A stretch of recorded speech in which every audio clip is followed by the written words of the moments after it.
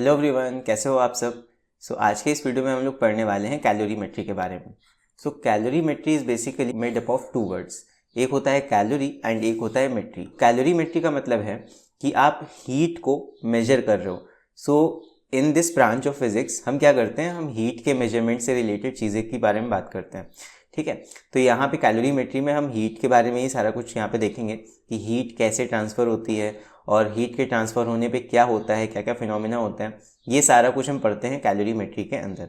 ठीक, सीधे सीधे है हीट का मेजरमेंट, यही आपको इस चैप्टर के अंदर पढ़ना है।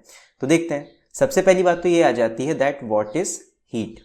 Heat is a form of energy. कहीं पे भी जैसे मान लो आग जल रही है या कोई भी एक गर्म ऑब्जेक्ट रखा हुआ है, बेसिकली हम कह सकते हैं कि उसके अंदर हीट स्टोर्ड है, राइट, उसके अंदर हीट स्टोर्ड है। So heat is a form of energy, heat is nothing else but a form of energy. That means heat का यूनिट क्या होगा, हीट का यूनिट क्या होगा, वही यूनिट होगा जो हमारा एनर्जी का यूनिट होता है, that is joule. We measure heat in joules. ठीक है, तो जूल हमारा यूनिट हो गया हीट का। अब यहाँ पे हीट का एक और यूनिट होता है जिसे हम कहते हैं, ये शायद आप लोगों ने सुना भी हो, कैलोरी। एक सेकेंड यूनिट आपका हो गया कैलोरी। फर्स्ट यूनिट हमने यूज़ किया जूल एंड सेकेंड यूनिट हमने यूज़ किया कैलोरी। अब कैलोरी और जूल में एक रिलेशन होता है that 1 calorie is equal to 4.2 joule. तो एक कैलोरी में 4.2 जूल्स होते हैं। This are the units of heat. Heats को इन यूनिट से हम मेजर करते हैं। हीट की एक खासियत होती है, ये बात आप लोग भी याद रखना, एक बॉडी से दूसरी बॉडी में ट्रांसफर हो सकती है बस। हीट जो होती है वो हमेशा एक हाइयर टेम्परेचर वाली बॉडी से लोअर टेम्परेचर वाली बॉडी की तरफ फ्लो करती है। सीधे सीधे शब्दों में अगर हम कहें तो heat always flows from a hot body to cold body. कभी ऐसा नहीं होगा जनरल कंडीशंस में कि हीट कोल्ड बॉडी से हॉट बॉडी की तरफ जाए। तो हमेशा हीट कहाँ से कहाँ जाती है, हॉट बॉडी से कोल्ड बॉडी में। तो हीट की एक ये आप लोग खासियत याद रखना। ठीक, ये क्यों, बिकॉज जब हम न्यूमेरिकल्स को करेंगे तो आपको समझना पड़ेगा कि हीट लॉस किस में से हो रहा है। जो बॉडी ज़्यादा टेम्परेचर रखती है उसमें से हीट निकलती है, हीट लॉस होता है। और जो बॉडी कोल्ड होती है, जिसका टेम्परेचर कम होता है, वो हीट को गेन करती है।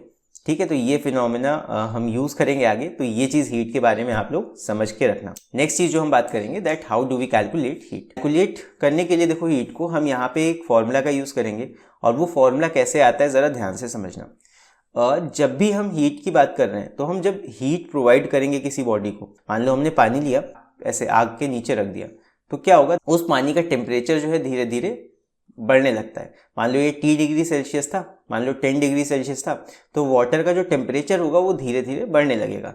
और हम आग तेज करेंगे और हम हीट यहाँ पे ज़्यादा प्रोवाइड करेंगे आग में, ठीक, तो इस पानी का टेम्परेचर और ज़्यादा राइज होगा, राइट। बेसिकली मेरा कहने का मतलब ये है कि जितना ज़्यादा हम यहाँ पे हीट देंगे उतना ज़्यादा हमारे वाटर का या किसी भी सब्सटेंस का टेम्परेचर राइज होगा। Basically Q is directly proportional to T। T का मतलब टेम्परेचर, Q का मतलब हीट, राइट। बेसिकली Q जो होता है वो डायरेक्टली प्रोपोर्शनल टू टेम्परेचर होता है। मतलब जितना ज़्यादा आप हीट करोगे किसी सब्सटेंस को, उसका टेम्परेचर उतना ज़्यादा राइज होगा। अब यहाँ पे Q एक और चीज़ पे डिपेंड करता है also, Q is proportional to M। मतलब कि जितना ज़्यादा आप बड़ा ऑब्जेक्ट लोगे उसको आपको उतना ज़्यादा ही हीट देना पड़ेगा, हीट प्रोवाइड करना पड़ेगा। बेसिकली यहाँ पे आया that Q is proportional to M T, mass into temperature. यहाँ पे T है और T भी ना सही, यहाँ पे डेल्टा T होता है। मतलब चेंज इन टेम्परेचर आप कितना कर रहे हो, चेंज इन टेम्परेचर के डायरेक्टली प्रोपोर्शनल होता है हीट। ठीक है, सिर्फ टेम्परेचर नहीं, कितना चेंज, 10 डिग्री का चेंज, 20 डिग्री का चेंज, 20 डिग्री आप टेम्परेचर बढ़ा रहे हो, 30 डिग्री बढ़ा रहे हो, कितना टेम्परेचर बढ़ा रहे हो उस पर डिपेंड करता है Q, राइट। अब यहाँ पे अगर हम प्रोपोर्शनैलिटी साइन को हटाएं तो यहाँ पे हम फॉर्मूला बना सकते हैं Q इज इक्वल टू, बस यहाँ पे एक कांस्टेंट लगाना पड़ेगा आपको, तो वो हो जाएगा C। हमारा फाइनल हीट का फॉर्मूला जो बना Q is equal to MC delta T, where यहाँ पे Q हो गया heat, Q is the heat, and delta T जो है वो है change in temperature, that is change in temperature. And last चीज जो हमारा C है, यही यहाँ पे खास है, this C is called specific heat capacity. The C ये यहाँ पे है स्पेसिफिक हीट कैपेसिटी। ठीक, अब यही यहाँ पे नेक्स्ट हमारा टॉपिक है। So what is specific heat capacity. Specific heat capacity का हम यूज कर रहे हैं यहाँ पे, बट स्पेसिफिक हीट कैपेसिटी है क्या, चलो अभी इसके बारे में बात कर लेते हैं। ये सबसे इंपॉर्टेंट चीज है इस चैप्टर का, स्पेसिफिक हीट कैपेसिटी। अब मैंने बताया एक फॉर्मूला मैंने आपको ऊपर डिराइव करके दिखाया, Q is equal to mc delta T. अब इसमें जो ये C है, ये जो C है यही होता है स्पेसिफिक हीट कैपेसिटी। सो अगर हम इस फॉर्मूले को थोड़ा बहुत चेंज करें और यहाँ पे सब्जेक्ट हम C को बनाएं, तो इसका सब्जेक्ट अगर C को बनाएंगे तो ये फॉर्मूला कुछ ऐसा हो जाएगा, C will be equal to Q उस साइड ऊपर है और बाकी M और डेल्टा टी को हम उधर अगर भेज देंगे तो वो डिवाइड में आ जाएगा। सो ये हो जाएगा M डेल्टा टी। सो स्पेसिफिक हीट यानी कि C का जो फॉर्मूला आया वो आ गया Q upon M delta T. So यहां से मुझे स्पेसिफिक हीट क्या दिखाई दे रहा है, that specific heat is the amount of heat, Q यहां पे हीट है, so it is the amount of heat required to raise the temperature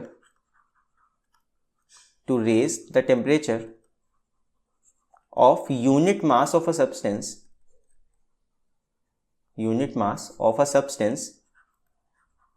by 1 degree Celsius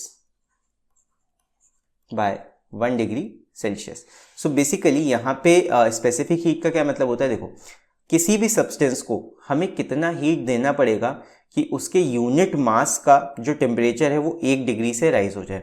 जैसे कि फॉर एग्जाम्पल हमने लिया 1 ग्राम वाटर। सो 1 ग्राम वाटर को हमें कितना हीट करना पड़ेगा, हमें कितना हीट उसको देना पड़ेगा कि उसका टेम्परेचर 1 डिग्री राइज हो जाए, जो delta T change in temperature हो 1 डिग्री टेम्परेचर बढ़ जाए। मान लो उसका टेम्परेचर इनिशियली 10 डिग्री था तो वो 11 डिग्री हो जाए, अगर वो 11 डिग्री पहले से था तो वो 12 डिग्री हो जाए।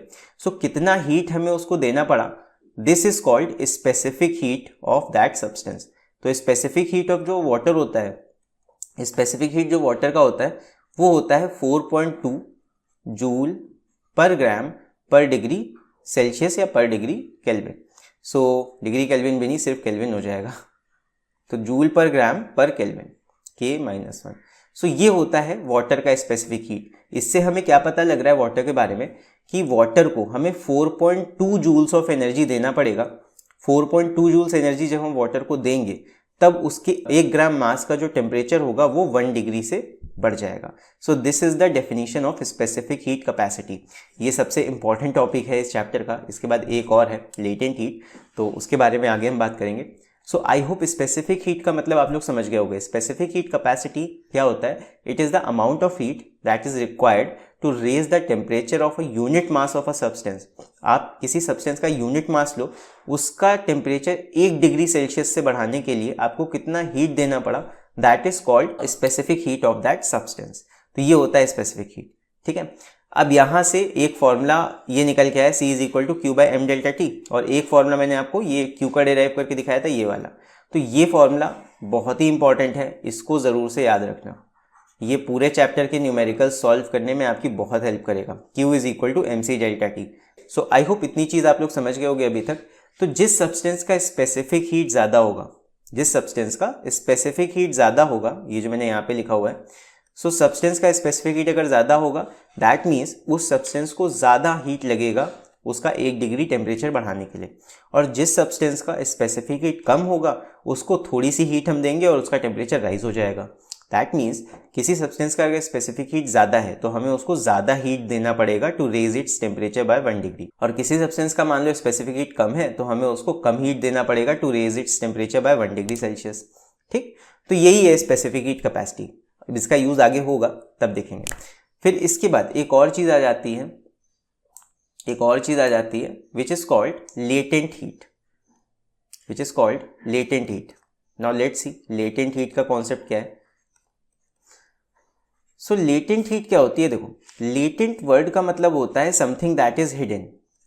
लेटेंट वर्ड का मतलब होता है something that is hidden, and heat का मतलब तो आप लोग जान ही चुके हो, मैंने बता दिया है आप लोग को। सो लेटेंट हीट एक ऐसी हीट होती है that is hidden in a substance. अब आप लोग कहोगे ये कौन से टाइप की हीट है जो हिडन है, जो दिखाई भी नहीं दे रही है। सो लेटेंट हीट का मतलब देखो क्या होता है, ध्यान से समझना। हम कहते हैं जैसे मान लो हमने कोई एक सब्सटेंस लिया जो कि अभी सॉलिड स्टेट में है, जो कि सॉलिड स्टेट में है।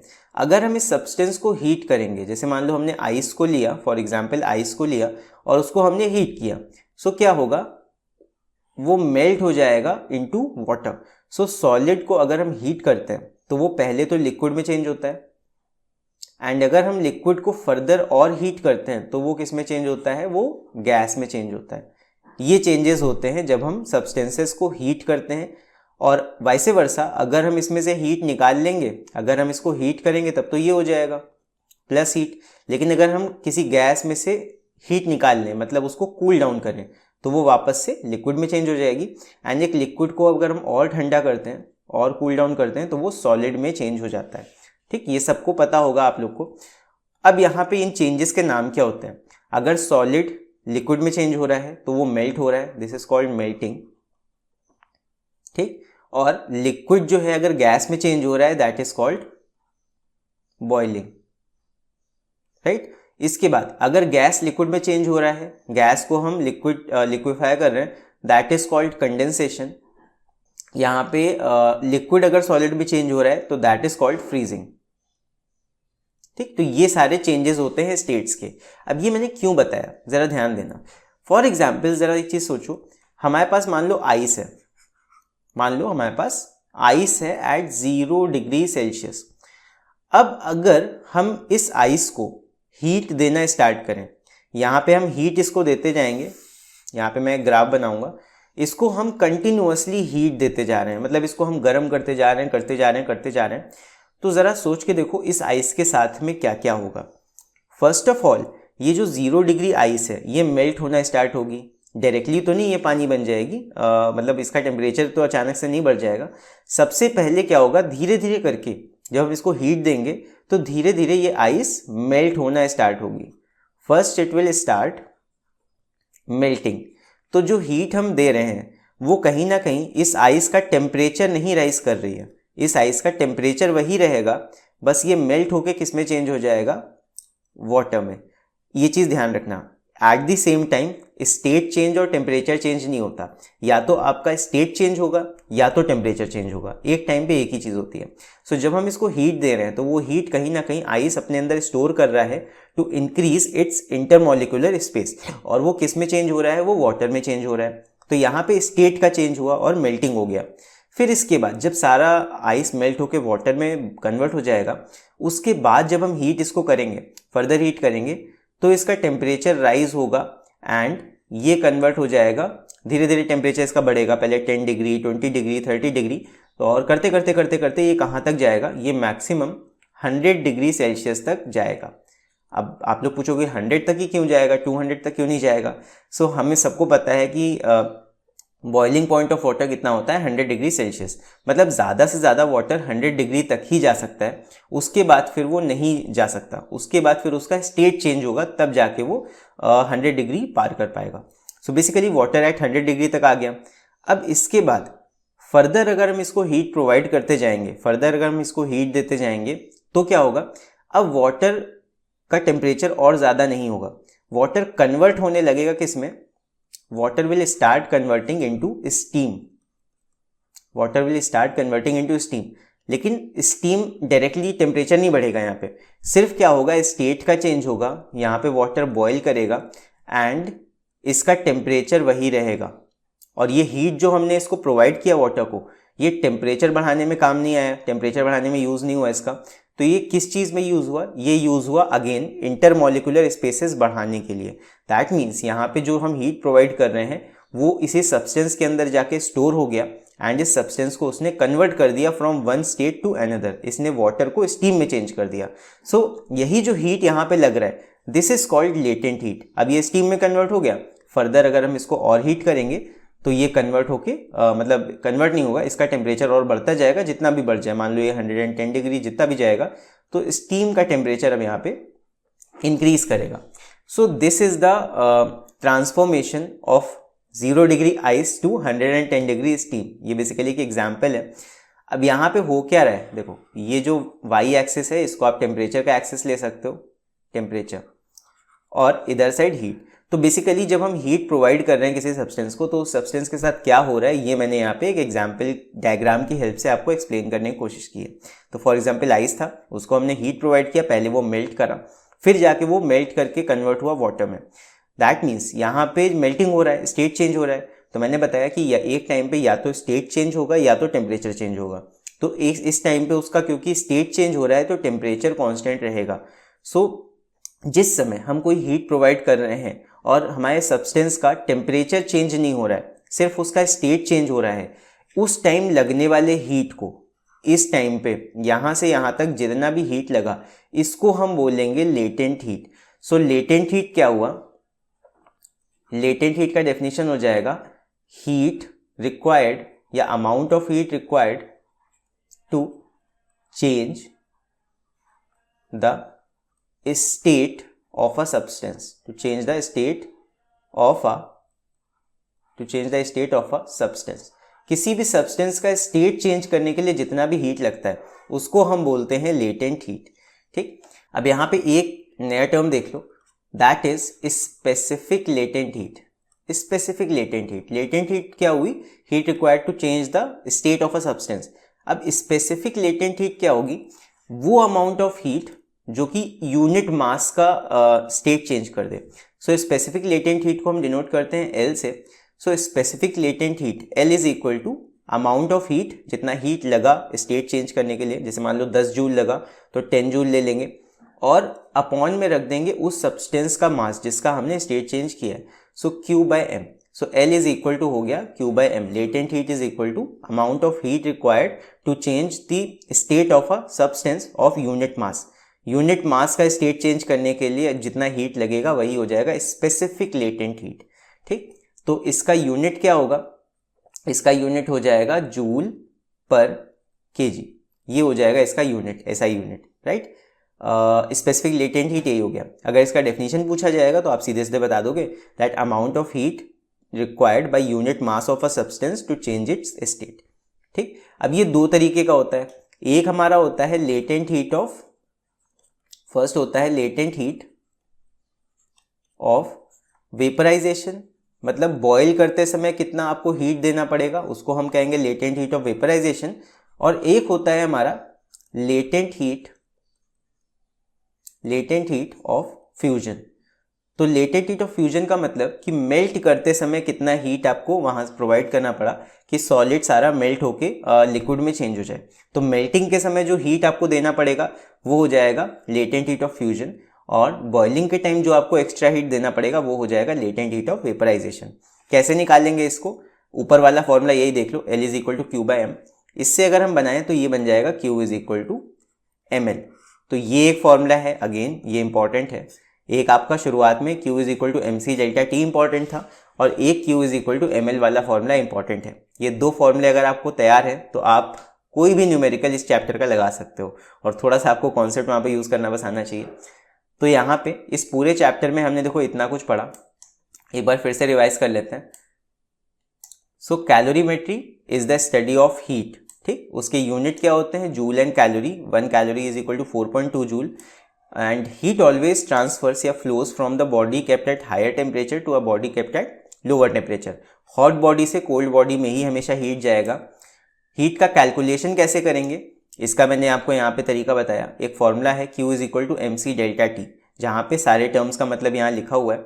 तो इससे हम निकाल सकते हैं हीट कि कितना टेम्परेचर चेंज के लिए कितना हीट हमें देना पड़ेगा, ये हम निकाल सकते हैं Q is equal to MC delta T से। फिर यहाँ पे जो C होता है वो होता है स्पेसिफिक हीट कैपेसिटी। सो स्पेसिफिक हीट कैपेसिटी क्या होता है वो मैंने आपको बता दिया था।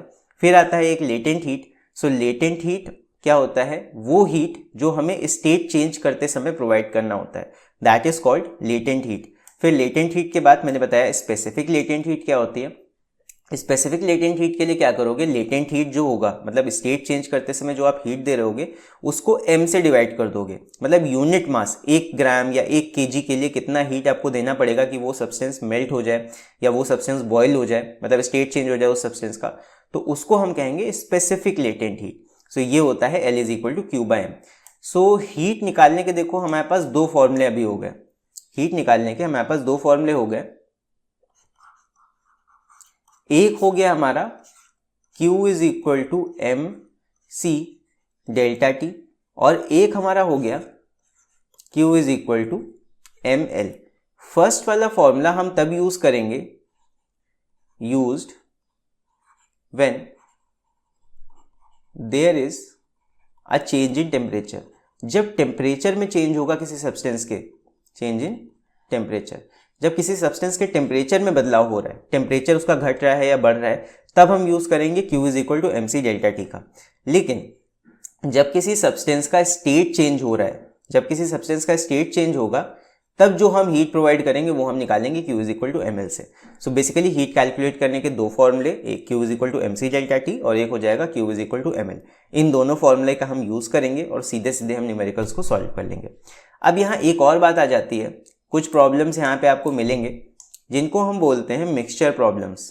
एक टाइप ऑफ प्रॉब्लम देख लो, टाइप ऑफ प्रॉब्लम्स। तो टाइप ऑफ प्रॉब्लम्स कितने टाइप्स के आएंगे इस चैप्टर में, उनकी बात कर लेते हैं। फर्स्ट टाइप का जो प्रॉब्लम है वो होता है कैलकुलेशन ऑफ हीट। सीधे सीधे आप हीट कैलकुलेट करो कि किसी सब्सटेंस का टेम्परेचर इतना बढ़ाने के लिए, कैलकुलेशन ऑफ हीट, किसी सब्सटेंस का टेम्परेचर कुछ डिग्री से बढ़ाने के लिए या किसी सब्सटेंस को मेल्ट करने के लिए कितना हीट लगाना पड़ा, ये हीट कैलकुलेट करने के क्वेश्चंस आते हैं। और सेकेंड टाइप के क्वेश्चंस जो आते हैं इसमें, न्यूमेरिकल्स जो आते हैं, वो आते हैं मिक्सचर प्रॉब्लम्स पे, मिक्सचर प्रॉब्लम्स पे। सो मिक्सचर प्रॉब्लम्स का मैं आपको कॉन्सेप्ट बता देता हूँ। मिक्सचर प्रॉब्लम्स में क्या दिया होगा, एक सब्सटेंस आपको कह दिया जाएगा ये है, एक हॉट सब्सटेंस दिया जाएगा और एक कोई इसके रिलेटिव में कोल्ड सब्सटेंस दे दिया जाएगा, एंड कहेगा कि इसको जब मिक्स किया गया, इसको एक सेम उसमें कंटेनर में डाल के मिक्स कर दिया गया, तो बताओ कि फाइनल टेम्परेचर कहाँ पे जाके रुकेगा। मतलब हॉट बॉडी का टेम्परेचर देखो फॉल होगा, कोल्ड बॉडी का टेम्परेचर बढ़ेगा। जैसे मान लो हॉट बॉडी हमारी फॉर एग्जांपल 20 डिग्री पे होती और जो कोल्ड बॉडी है ये मान लो 5 डिग्री पे होती या 0 डिग्री पे होती, 0 डिग्री पे ले लो, तो क्या होगा, कहीं ना कहीं अगर सेम सब्सटेंस का, यहाँ पे आपके दोनों बॉडीज हैं, सेम सब्सटेंस हैं, तो कहीं ना कहीं इन दोनों का टेम्परेचर एग्जैक्टली बीच में आके रुक जाएगा, 10 डिग्री पे आके रुक जाएगा। सो फॉर एग्जाम्पल इस तरह का क्वेश्चन आ सकता है कि दो सब्सटेंस लिए गए, मिक्स किया गया, तो उनका रिजल्टिंग टेम्परेचर बताओ या फाइनली क्या होगा ये बताओ। सो ये निकालने के क्वेश्चंस आते हैं, that are called mixture problems. और यहाँ पे बस एक आपको फंडा यूज करना है, that is heat gain is equal to heat loss. बस ये कॉन्सेप्ट आपको यूज करना है एंड मिक्सचर प्रॉब्लम्स में से सारे ही प्रॉब्लम्स आपके बहुत ही आसानी के साथ सॉल्व हो जाएंगे। तो ये है कॉन्सेप्ट एंड इस हीट चैप्टर बेसिकली इतना ही है आपका। अगर कॉन्सेप्ट की बात करें तो इतना ही है जितना मैंने आपको अभी तक बताया। This is all heat chapter. अभी हम करने वाले हैं न्यूमेरिकल्स एंड मैं यहाँ पे हम न्यूमेरिकल्स को सॉल्व करने का बहुत ही आसान तरीका बताऊंगा आप लोग को, तो इस वीडियो को पूरा एंड तक जरूर देखना। अभी न्यूमेरिकल्स को सॉल्व करते हैं। चलो सो अभी हम यहाँ पे क्वेश्चन को देखते हैं। सो ये है हमारा first question, calculate the amount of heat energy required to raise the temperature of 100 gram of copper from 20 degree Celsius to 70 degree Celsius. और यहाँ पे हमें specific heat capacity of copper दे रखा है 390 joule per KG per kelvin. सो कैसे होगा ये देखते हैं। यहाँ पे सबसे पहले हम लिख लेते हैं गिवन हमें क्या क्या है। हमें यहाँ गिवन है that we have 100 gram of copper, mass यहाँ पे कॉपर का दिया है 100 ग्राम। चेंज इन टेम्परेचर हम कहाँ से कहाँ पहुँचा रहे हैं, 20 डिग्री टू 70 डिग्री। तो चेंज कैसे निकालते हैं, final temperature minus initial temperature कर दो। तो 70 फाइनल टेम्परेचर है, 20 इनिशियल टेम्परेचर है, तो 70 माइनस 20 कितना आ जाएगा, ये आ जाएगा 50 डिग्री सेल्सियस। तो यहाँ पे हमने निकाल लिया change in temperature 50 degree Celsius. अब कई बच्चों को इसमें कंफ्यूजन होता है कि हम इसको केल्विन में चेंज तो नहीं कर देंगे यहाँ पे, तो ध्यान रखना कि अगर केल्विन में भी चेंज करते हो आप तो 70 को भी आप केल्विन में चेंज करोगे, 20 को भी आप केल्विन में चेंज करोगे, तो माइनस करने पे डिफरेंस यही 50 ही आएगा। तो आप चाहे सेल्सियस के टेम्परेचर को माइनस करो, चाहे केल्विन वाले टेम्परेचर को माइनस करो, डेल्टा टी पे उसका कोई फर्क नहीं पड़ता है। तो डेल्टा टी के लिए आप सीधे सीधे ऐसे भी निकाल सकते हो, ठीक है। सेल्सियस को ही माइनस कर दो तो डेल्टा टी ऐसे ही आ जाएगा। फिर उसके बाद है specific heat capacity of copper हमको गिवन है, स्पेसिफिक हीट सी हमको गिवन है 390 joule per KG per kelvin. So joule per KG per kelvin ये हमारा यूनिट है। यूनिट का ध्यान देना बिकॉज यहाँ पे मुझे दिखाई दे रहा है कि जूल पर केजी, यहाँ पे हमारी स्पेसिफिक हीट में ये केजी में है और हमें मास यहाँ पे किस में दिया हुआ है, ग्राम में। तो हमें मास को यहाँ पे चेंज करना पड़ेगा इन केजी। तो हम मास को चेंज कर लेते हैं। ये सेम होना चाहिए बेसिकली, जितना आपका यहाँ पे स्पेसिफिक हीट में आपका जो यूनिट दिया है, अगर पर केजी दिया है तो आपका मास भी केजी में होना चाहिए। सो यहाँ पे हम इसको केजी में चेंज कर लेते हैं, 1000 से हम डिवाइड कर देंगे, सो ये हो जाएगा आपका केजी में। सो फाइनली ये कितना आ जाएगा, 20 कट जाएंगे, ये आ जाएगा 0.1 केजी। ये हमने कन्वर्ट कर लिया मास को केजी में, राइट। अब हम यहाँ पे निकालेंगे हीट। हमसे यही कहा गया था, calculate the amount of heat energy. यहाँ देखो, calculate the amount of heat energy. तो हीट निकालने के लिए फॉर्मूला यूज करेंगे। अब यहाँ पे आप लोग देखो कि किस चीज का चेंज हो रहा है, स्टेट का चेंज हो रहा है कि टेम्परेचर का चेंज हो रहा है। तो यहाँ पे देखो टेम्परेचर का चेंज हो रहा है, तो हम टेम्परेचर चेंज वाला फॉर्मूला लगाएंगे। तो टेम्परेचर चेंज का फॉर्मूला क्या होता है, Q = mc delta T। So finally इसी को हम लगा के वैल्यू निकाल लेंगे यहाँ पे Q का। तो मास हमारा गिवन है कितना, 0.1 kg। स्पेसिफिक हीट हमको दे रखा है 390 और डेल्टा T हमारा कितना है, ये है 50। तो बस इसी को सॉल्व कर लेते हैं। तो पॉइंट हटेगा, यहाँ 10 लग जाएगा, 0 से 0 कैंसिल हो गया, बस इसको 5 से मल्टीप्लाई कर लो, 500, 5 9 45, 4 कैरी, 5 3 15, तो ये आ जाएगा 1950 joules. So 1950 joules will be the answer of this question. I hope ये वाला क्वेश्चन समझ में आ गया होगा आप लोग को। तो चलो अभी देखते हैं अगला क्वेश्चन। सो नेक्स्ट क्वेश्चन अभी हम करते हैं इस वाले क्वेश्चन को। सो ये हमारा question number 2। Find the time taken by a 500 watt heater to raise the temperature of 50 kg of a material of specific heat capacity 960 joule per kg per Kelvin from 18 degree Celsius to 38 degree Celsius. तो बहुत सारा information इसमें दिया है। तो सबसे पहले हम इस इन्फॉर्मेशन को गिवन फॉर्म में लिख लेते हैं। ठीक, आप लोग भी यही करना, सबसे पहले क्वेश्चन से ना अपना गिवन डिटेल्स यहाँ पे निकाल के रख लो, ताकि आपको समझ में आए कि आपको क्या क्या यहाँ पे बताया गया है। Find the time taken by a 500 watt heater. So 500 watt heater basically आपको यहाँ पे पावर दे रखा है। पावर की हमने अभी तक बात नहीं की है, बट आई होप आप लोग को पता होगा दैट पावर जो होता है वो होता है energy divide by time. Power is the rate of flow of energy. Energy कितने रेट से निकल रही है उसको हम कहते हैं पावर। सो यहाँ से हम एक फॉर्मूला बना सकते हैं दैट E = P × T। तो एनर्जी, यहाँ पे हम E एनर्जी की बात कर रहे हैं, तो हमने पढ़ा था कि हीट भी एनर्जी है। तो बेसिकली हम E की जगह Q लिख सकते हैं। तो Q is also equal to power into time. Q is equal to P × T। हम ये वाला फॉर्मूला यूज कर सकते हैं, मतलब Q की जगह हम P × T रख सकते हैं अपने फॉर्मूले में। तो यहाँ पे पावर हमको दे रखा है हीटर का 500 वाट। एक हीटर है जो कि यूज किया जा रहा है to raise the temperature of 50 kg of a material. हमने एक मटेरियल को हीट करना है, तो हमारे मटेरियल का जो मास है वो हमको दिया हुआ है 50 kg। ठीक है, इस सब्सटेंस का हमें टेम्परेचर राइज करना है from 18 degree Celsius to 38 degree Celsius. मतलब यहाँ पे डेल्टा टी हमारा कितना है, 38 माइनस 18। तो 38 माइनस 18 कर लो, कितना आ जाएगा, 20 degree. So 20 degree Celsius is the change in temperature. Kelvin में चेंज करने की जरूरत नहीं है, बिकॉज यहाँ पे चेंज निकाल रहे हो, माइनस कर रहे हो। तो चाहे सेल्सियस में माइनस करो चाहे केल्विन में माइनस करो, सेम ही आएगा 20 डिग्री सेल्सियस, राइट। ये हमें यहाँ गिवन है और हमें स्पेसिफिक हीट कैपेसिटी दे रखी है अपने मटेरियल की 960, यानी कि हमें सी भी दे रखा है। सी का वैल्यू है 960। यूनिट पे ध्यान देना, joule per KG per kelvin. तो यहाँ पे हमारा जो मास है वो केजी में ही है और हमें मास भी केजी में ही दे रखा है, तो यहाँ पे मास को चेंज करने की जरूरत नहीं पड़ेगी। फिर हमें क्या निकालना है, फाइंड द टाइम टेकन। हमें ये निकालना है कि इस हीटर को कितना टाइम लगेगा। अब यहाँ पे टी का मतलब, इस वाले टी का मतलब टाइम है, ध्यान रखना। सो हमें ये निकालना है कि कितना टाइम लगेगा इस हीटर को, इस सब्सटेंस को इतने से इतने डिग्री तक गर्म करने में।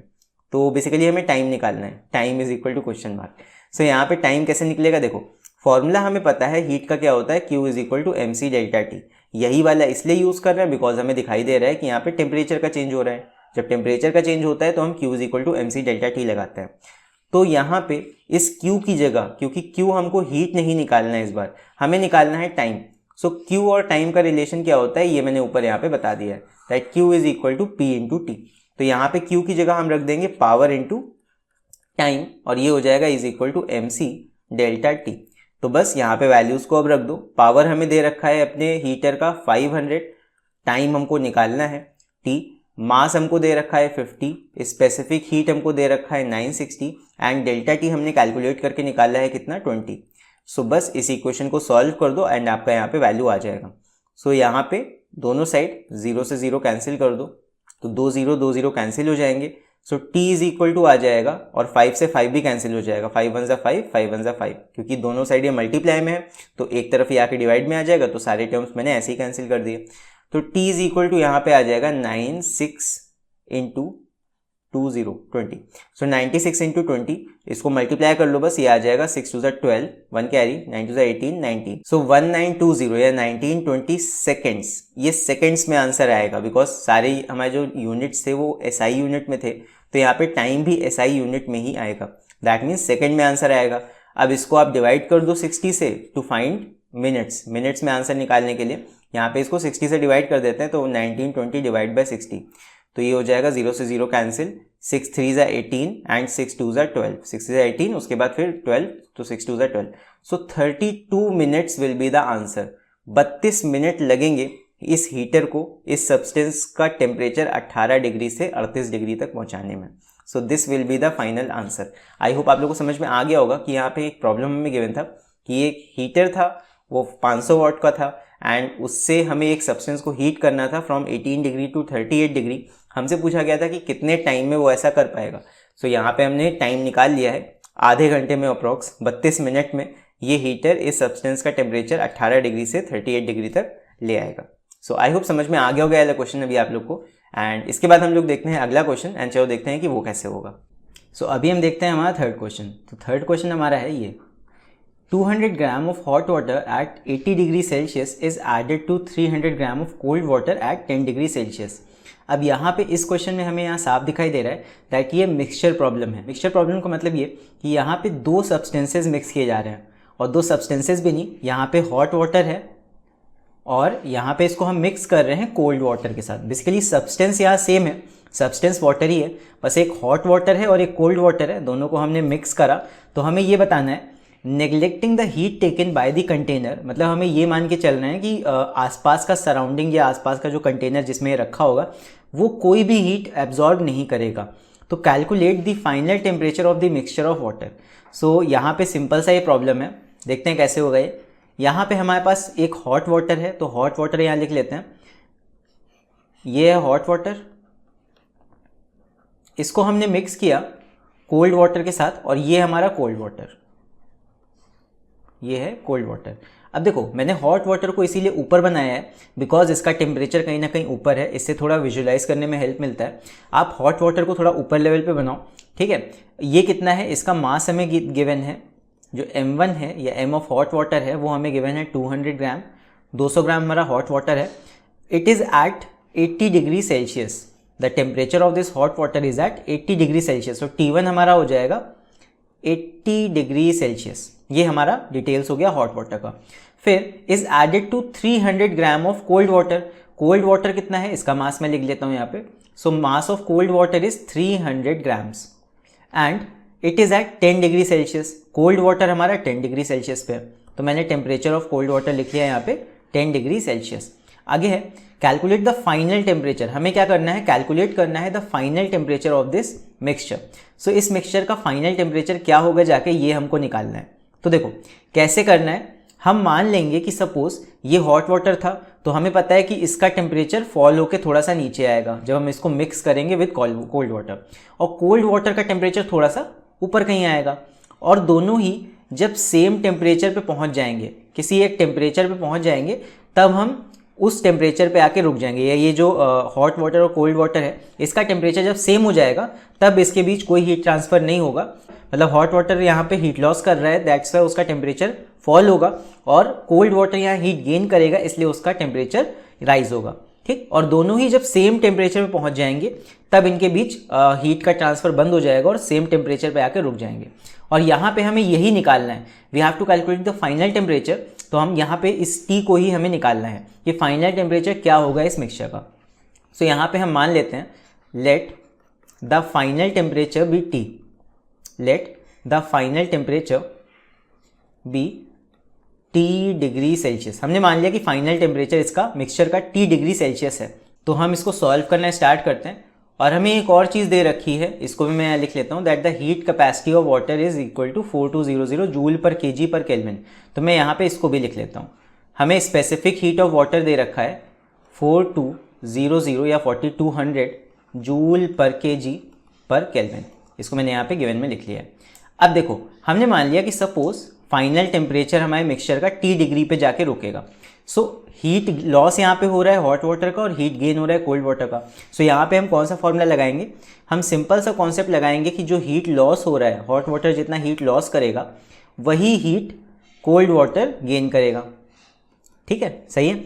अब यहाँ पे देखो हीट लॉस यानी कि टेम्परेचर जब हॉट वाटर का गिरेगा, टेम्परेचर जब कम होगा हॉट वाटर का, तो यहाँ पे वो हीट हम कैसे निकाल सकते हैं। यहाँ पे हम फॉर्मूला यूज़ करेंगे Q is equal to MC delta T, because इस समय सिर्फ हमारे वाटर का टेम्परेचर फॉल होगा। ठीक, तो यहाँ पे हम लगाएंगे हीट लॉस के लिए, यहाँ लिखेंगे MC डेल्टा T और यहाँ पे M1 यानी कि हॉट वाटर का मास यहाँ रखना है और हॉट वाटर का टेम्परेचर रखना है। ठीक, और यहाँ पे हीट गेन के साइड क्या हो जाएगा, this will be equal to M2 यानी कि mass of cold water into specific heat of water into delta T2। जो change in temperature cold water के साथ होगा वो हो जाएगा डेल्टा T2। ठीक, अब यहाँ पे वैल्यूज़ को बस पुट कर दो, आपका आंसर आ जाएगा। सो यहाँ पे मास हमें दे रखा है 200 grams. So M1 mass of hot water हमने यहाँ रख दिया इनटू स्पेसिफिक हीट को C रहने दो, वैसे तो दे रखा है आप इसको पुट कर सकते हो, बट वो वैसे भी लेफ्ट और राइट में C और C कैंसिल हो जाने हैं, तो उसको मैं यहाँ नहीं लिख रहा हूँ। ठीक है, ये एक्स्ट्रा इन्फॉर्मेशन हमको दे रखी है। फिर उसके बाद डेल्टा T1। अब यहाँ चेंज इन टेम्परेचर कितने का हो रहा है, देखो हॉट वाटर जो है वो पहले 80 डिग्री पे था और वो फॉल होके T डिग्री तक आएगा। तो यहाँ पे चेंज इन टेम्परेचर के लिए हम क्या करेंगे, ज़्यादा वाला टेम्परेचर में से कम वाला टेम्परेचर माइनस कर देंगे, मतलब कि 80 माइनस T कर देंगे तो change in temperature delta T आ जाएगा। Is equal to right side क्या करोगे, यहाँ पे मास ऑफ कोल्ड वाटर रख दो, तो ये हो जाएगा 300 मास ऑफ कोल्ड वाटर है इनटू स्पेसिफिक हीट, ये अभी कैंसिल कर देंगे लेफ्ट राइट दोनों में, और delta T2 change in temperature for cold water. Cold water अभी कितने पे है, 10 डिग्री पे है, इसका टेम्परेचर राइज होकर T तक जाएगा, तो यहाँ पे T ज़्यादा है 10 कम है, तो T माइनस 10 करेंगे। कई बच्चे कंफ्यूज जाते हैं किस में से क्या माइनस करना है, तो हमेशा ज़्यादा टेम्परेचर में से कम वाला टेम्परेचर माइनस करते हैं, तो इसीलिए मैंने इस तरह बनाया है। T डिग्री देखो यहाँ पे है ज़्यादा है और 10 नीचे है यानी कम है, तो यानी कि यहाँ पे हमें करना होगा T माइनस 10। बस इक्वेशन हमारा बन गया है, इसको सॉल्व करके हमें T का वैल्यू निकाल लेना है। अगर यहाँ तक आप लोगों ने सही बना लिया तो आपका आंसर झट से आ जाएगा। देखो यहाँ पे C आप काट दो दोनों तरफ, उसी तरह 2 0 से 2 0 इधर इधर कट जाएंगे, बिकॉज यहाँ पे सिंगल टर्म है जो मल्टीप्लाई होकर दोनों तरफ आ रहे हैं, तो यहाँ पे मैंने कैंसिल आउट कर दिया मल्टीप्लिकेशन वाले टर्म्स को। अब यहाँ पे क्या हो जाएगा, ये हो जाएगा 2 इंटू 80 माइनस T, तो ये 2 से मल्टीप्लाई कर देंगे ब्रैकेट को, ये आ जाएगा 160 माइनस 2T, और इधर साइड 3 है, 3 इंटू T माइनस 10, तो ये हो जाएगा 3T माइनस 30। अब T वाले टर्म्स को एक तरफ ले आएंगे तो 2T इधर आ जाएगा, ये हो जाएगा 3T प्लस 2T, और 30 इधर साइड आ जाएगा, ये हो जाएगा 160 plus 30। So this will be equal to 190, और यहाँ पे हो जाएगा 5T। तो 5 से दोनों साइड अगर हम कैंसिल कर देंगे तो ये आ जाएगा 5 3 ज़ा 15 बचा 4, 5 8 ज़ा 40। So 38 degree Celsius will be the final temperature of this mixture. So ये जो हॉट वाटर और कोल्ड वाटर जब हम मिलाएंगे तो कहीं ना कहीं ये बीच के टेम्परेचर पे आके रुक जाएगा, दैट इज 38 डिग्री पे आके रुक जाएगा। सो आई होप आप लोग को ये वाला क्वेश्चन समझ में आ गया होगा अच्छे से। बस यहाँ पे हमने एक कॉन्सेप्ट लगाया है heat gain is equal to heat loss का, तो इसी कॉन्सेप्ट से हम कोई भी मिक्सचर प्रॉब्लम सॉल्व कर सकते हैं।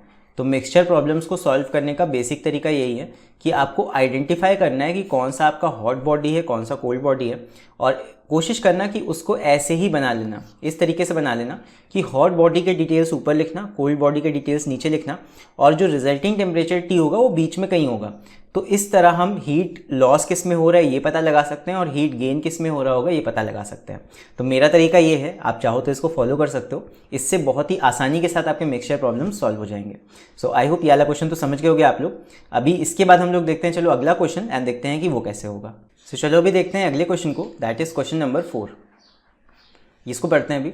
सो यहाँ पे है 45 ग्राम of water at 50 degree Celsius in a beaker is cooled when 50 gram of copper at 18 degrees added to it। So basically ये फिर से एक मिक्सचर प्रॉब्लम आ गया। यहाँ पे हमारे पास दो सब्सटेंसेज हैं, 45 ग्राम of water at 50 degree Celsius is cooled when 50 gram of copper at 18 degree Celsius is added to it। तो यहाँ पे हमारे पास पानी है जो कि 50 डिग्री पे है, उसमें हमने 18 डिग्री सेल्सियस पे रखा हुआ कॉपर ऐड किया, तो हमें ये बताना है the contents are stirred till a final constant temperature is reached, calculate the final temperature. So यहाँ पे भी हमें मिक्सचर में फाइनल टेम्परेचर निकालना है। सो बेसिकली यहाँ पे जो जो चीज़ें दे रखी हैं उसको हम बना लेते हैं यहाँ पे। सो यहाँ पे हमारे पास है वाटर है 50 डिग्री पे, तो इसको मैं थोड़ा सा ऊपर यहाँ बनाऊँगा। Water at 50 degree Celsius, temperature इसका दे रखा है हमें T1 50 डिग्री सेल्सियस, और इसका मास M1 हम मान लेते हैं। M1 हमें दिया हुआ है 45 ग्राम। ठीक, ये वाटर की डिटेल्स हैं। Is cooled when 50 gram of copper at 18 degree. तो इसके बाद हम कॉपर यहाँ पे थोड़ा सा नीचे बनाएंगे। ये हमको कॉपर दिया हुआ है, कॉपर, और इसका जो मास है वो हमें दिया हुआ है 50 ग्राम। तो M2 मैंने मान लिया यहाँ पे 50 ग्राम, और 18 डिग्री सेल्सियस इसका हमें टेम्परेचर बताया गया। सो T2 हमने मान लिया 18 डिग्री सेल्सियस। ठीक है, ये है हमारे पास डिटेल्स। अब यहाँ पे हमें दिख रहा है, मैंने डायग्राम को थोड़ा इसी तरीके से बनाया कि वाटर हमारा 50 डिग्री पे है, कॉपर हमारा 18 डिग्री पे है। तो क्या होगा जब इन दोनों को मिक्स किया जाएगा, वाटर में से हीट लॉस होगा, इसका टेम्परेचर थोड़ा सा नीचे कहीं आएगा, और कॉपर हीट गेन करेगा और इसका टेम्परेचर थोड़ा सा ऊपर आएगा। सो फाइनली क्या होगा, दोनों जब एक फाइनल रिजल्टिंग टेम्परेचर पे आ जाएंगे, जब दोनों एक कांस्टेंट टेम्परेचर पे पहुंच जाएंगे जहाँ पे दोनों का टेम्परेचर इक्वल हो जाएगा, वही हमारा फाइनल टेम्परेचर हो जाएगा। उसके बाद there will be no heat transfer. So यहाँ पे हमें यही निकालना है कि फाइनल टेम्परेचर क्या होगा। ठीक है, यहाँ पे हमें स्पेसिफिक हीट ऑफ कॉपर दे रखा है। So specific heat of copper Cu is equal to 0.39 joule per gram पर केल्विन। अब यहाँ पे अलग अलग सब्सटेंसेज है, तो आपको स्पेसिफिक हीट पे ध्यान देना है, बिकॉज इस बार स्पेसिफिक हीट कैंसिल नहीं होंगे। एक तरफ कॉपर का स्पेसिफिक हीट रखना है और दूसरी तरफ वाटर का स्पेसिफिक हीट रखना है। तो वाटर का स्पेसिफिक हीट हमको दे रखा है 4.2 जूल पर ग्राम पर केल्विन, ये हमारा वाटर का स्पेसिफिक हीट है। तो हमें इतनी चीज़ें गिवन हैं और इतनी ही चीज़ों की हेल्प से हम अभी निकाल लेंगे फाइनल टेम्परेचर। तो देखो यहाँ भी मिक्सचर प्रॉब्लम है, मैंने बताया था मिक्सचर प्रॉब्लम में आपको क्या कॉन्सेप्ट लगाना है, that is heat loss is equal to heat gain. So heat loss is equal to heat gain. Heat loss कौन करता है, वो बॉडी लॉस करती है जो हायर टेम्परेचर पे है। तो वाटर क्या करेगा, हीट लॉस करेगा, जो हॉट वाटर है वो हीट लॉस करेगा, और जो कॉपर है क्योंकि वो ठंडा था तो वो हीट गेन करेगा। सो copper will heat gain heat, ये हीट गेन करेगा। सो यहाँ पे हम फॉर्मूला लगा देते हैं, और यहाँ पे सिर्फ देखो टेम्परेचर्स का चेंज आ रहा है। वाटर का टेम्परेचर कम हो रहा है, T तक जा रहा है, और कॉपर का टेम्परेचर राइज हो रहा है। सो यहाँ पे राइज और डिक्रीज हो रहा है टेम्परेचर्स का। तो यहाँ पे हम फॉर्मूला यूज़ करेंगे कौन सा वाला, MC डेल्टा T वाला, बस ये फॉर्मूला यूज़ करेंगे, राइट। सो हीट लॉस के साइड आओ, हीट लॉस कौन कर रहा है, वाटर। तो यहाँ पे लगाएंगे M1 C of water into delta T1, ये हो जाएगा heat loss. Mass of water रखा, स्पेसिफिक हीट ऑफ वाटर रखा इंटू T1, टेम्परेचर जो डेल्टा T1 हो जाएगा यहाँ पे चेंज इन टेम्परेचर वाटर के लिए, वो रखेंगे यहाँ पे।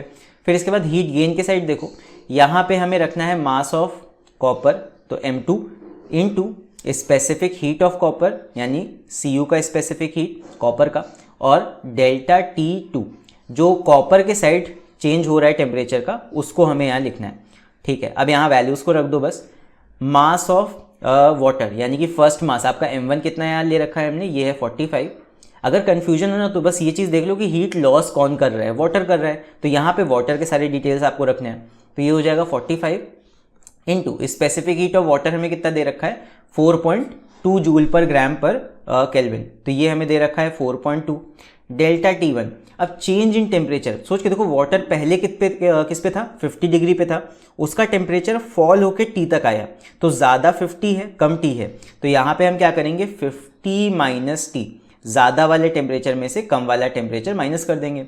50 पे अभी वाटर था, वो T तक आएगा, फाइनल टेम्परेचर तक आएगा, तो 50 minus T change in temperature यहाँ पे हम निकाल लेंगे।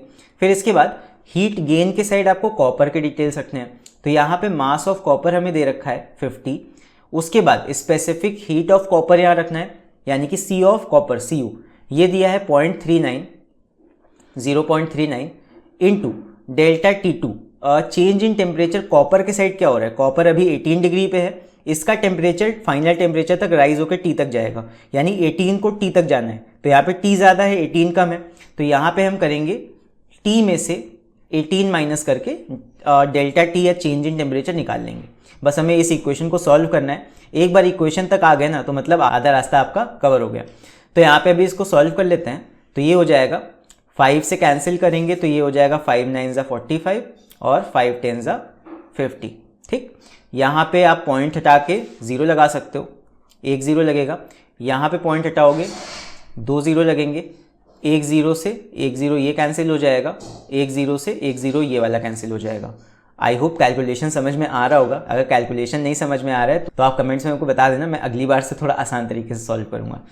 सो अभी इसको आगे सॉल्व करते हैं। सो ये हो जाएगा 9 इंटू 42 इंटू 50 माइनस टी, और इधर साइड क्या बचा, इधर साइड बचा 39 इंटू टी माइनस 18। तो यहाँ पे जो जो टर्म्स कैंसिल हो रहे हैं उनको फिर से कैंसिल कर लो। तो यहाँ पे 3 से आप कर सकते हो, 3 3 9 और 3 से ये कैंसिल हो जाएगा, ये आ जाएगा कितना 30। सो आगे सॉल्व करते हैं इसको भी। तो ये हो जाएगा 3 2 6 3 4 12 इंटू 50 माइनस टी, और इज इक्वल टू यहाँ पे इसको हम मल्टीप्लाई कर लेते हैं, ये हो जाएगा 13t माइनस 13 इंटू 18 कर लो, ये हो जाएगा। सो ये हो जाएगा 234। उसके बाद यहाँ पे मल्टीप्लाई कर लो तो ये हो जाएगा 6 5 30, 3 carry 5 2 10, 11 12 13, 1 carry 5 1 5 6, 6 3 0 0 minus 126t is equal to 13t minus 234। So इसको आगे सॉल्व करते हैं। 126 को इधर ले आते हैं, ऐड कर लेते हैं इसमें, तो ये हो जाएगा 13t प्लस 126, और 234 को इधर लेफ्ट साइड ले आएंगे तो ये हो जाएगा 6300 प्लस 234।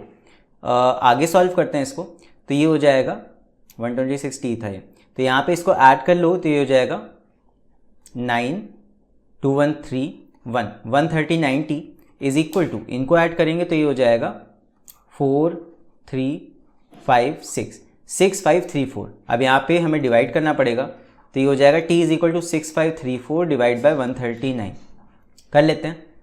तो ये हो जाएगा 6534 डिवाइड बाय 139। सो इसको आप डिवाइड कर लोगे तो ये अप्रॉक्स 47 के आसपास का वैल्यू आ जाएगा।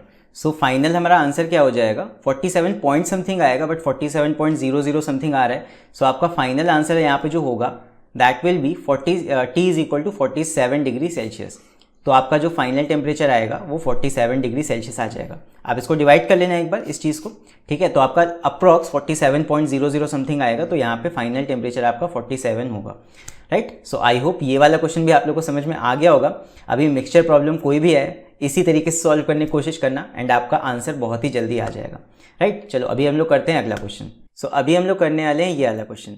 आई होप जितने क्वेश्चंस अभी तक मैंने आप लोगों को कराए हैं आप लोगों को समझ में आए होंगे, और ये वाला भी आई होप आ जाएगा। तो गाइस जितने भी लोग इस वीडियो को देख रहे हो इस वीडियो को लाइक ज़रूर से कर देना, एंड अगर चैनल पे नए हो तो चैनल को सब्सक्राइब भी कर लेना। तो चलो अभी इस क्वेश्चन को देखते हैं। सो यहाँ पे हमें गिवन है a hot iron ball of mass 0.2 kg।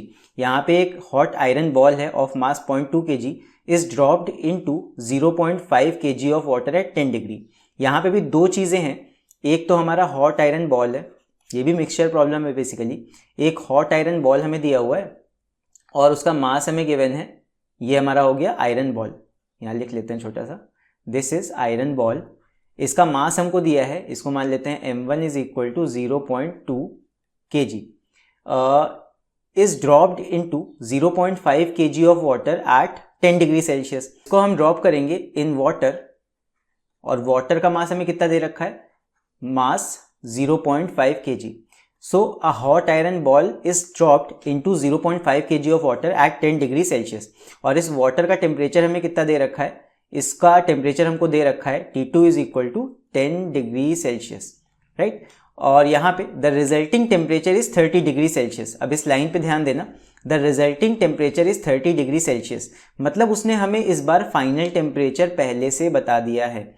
तो 30 degree Celsius will be our final temperature, मतलब इस हॉट बॉल को जब हम पानी में डालेंगे तो इसका टेम्परेचर तो गिरेगा, कम होगा, और जो वाटर है जो कि कंपेरेटिवली 10 डिग्री सेल्सियस पे है तो उसका टेम्परेचर क्या होगा, राइज होकर 30 डिग्री तक जाएगा, एंड दोनों एक कॉमन टेम्परेचर 30 डिग्री पे ही रुक जाएंगे जाके, ठीक है। तो हीट लॉस कौन करेगा, हीट लॉस करेगा ये hot iron ball, and heat gain कौन करेगा, वाटर। सो ये बन गया हमारा सीन। यहाँ पे क्या हो रहा है, मिक्सचर है, यहाँ पे हॉट आयरन बॉल है जिसको हमने इस वाटर में डाला, तो वाटर कम टेम्परेचर पे था, उसका टेम्परेचर राइज होकर 30 तक जाएगा, और आयरन बॉल क्योंकि हॉट था तो उसका टेम्परेचर कम होकर 30 तक आएगा। सो हमें निकालना क्या है, we have to calculate the temperature, we have to calculate the temperature of the hot ball. Hot वाले बॉल का जो टेम्परेचर है ये हमें निकालना है। सो बेसिकली हमें T1 निकालना है। यहाँ पे फाइनल टेम्परेचर इस बार दे रखा है, T1 निकालना है और यहाँ पे स्पेसिफिक हीट्स हमको दे रखे हैं। सो यहाँ पे लिख लेते हैं। So specific heat of iron हमको दे रखा है, C of iron 336 joule per KG per kelvin, and specific heat of water हमको दे रखा है, specific heat of water H2O लिख लेते हैं, C of H2O is equal to 4.2 into 10⁻³ joule per KG per kelvin. ये हमको दे रखा है यहाँ पे स्पेसिफिक हीट ऑफ वाटर। तो अभी हम सीधे सीधे मिक्सचर प्रॉब्लम के लिए यहाँ पे फॉर्मूला लगाएंगे heat loss is equal to heat gain का। तो जितना हीट लॉस हुआ है बराबर होगा टोटल हीट गेन के। So heat lost by iron ball is equal to heat gain by water. So heat loss कौन कर रहा है? Iron ball. तो यहाँ पे लगाएंगे, यहाँ पे भी देखो टेम्परेचर का ही सिर्फ फॉल हो रहा है। सो सिर्फ टेम्परेचर का फॉल हो रहा है, इसलिए फॉर्मूला क्या लगेगा यहाँ पे? सो यहाँ पे फॉर्मूला लगेगा mc डेल्टा टी। तो ये क्या हो जाएगा? ये हो जाएगा m1 into C of iron. यहाँ पे मैं डिटेल्स लिख रहा हूँ। m1 यानी मास ऑफ आयरन, c यानी कि स्पेसिफिक हीट ऑफ आयरन, और डेल्टा T1 यानी कि change in the temperature of iron ball, delta T1 is equal to ये हो जाएगा m2 इधर c ऑफ वाटर यानी कि c of H2O into delta T2। Basically है वही mc डेल्टा टी, बट यहाँ पे डिटेलिंग मैंने लिख दी है बस। तो यहाँ पे m1 यानी कि मास ऑफ आयरन बॉल कितना हो जाएगा? ये हो जाएगा 0.2 kg। c of iron, specific heat of iron हमें दे रखा है 336, तो इसको लिख देंगे into 336 into change in temperature. अब देखो चेंज इन टेम्परेचर कितना होगा?